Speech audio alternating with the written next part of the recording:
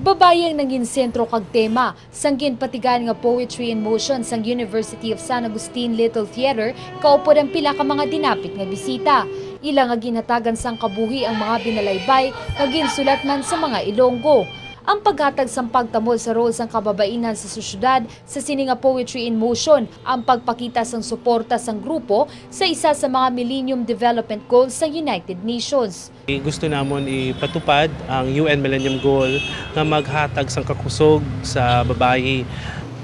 Nakakinyo, bangga, dili, mapunanan, agpon sa gihapon, kamo na isuludan, kag kamo may tubig.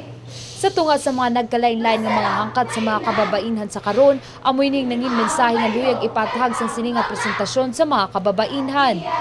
And we would like to wish that through art as a language, we're able to communicate to women out there and to people out there to have dignity, have a sense of integrity, and have a sense of courage to face the challenges in their lives. Ang USA Little Theater ang nag-perform naman sa iban nga mga lugar sa bungation sa National Arts Month.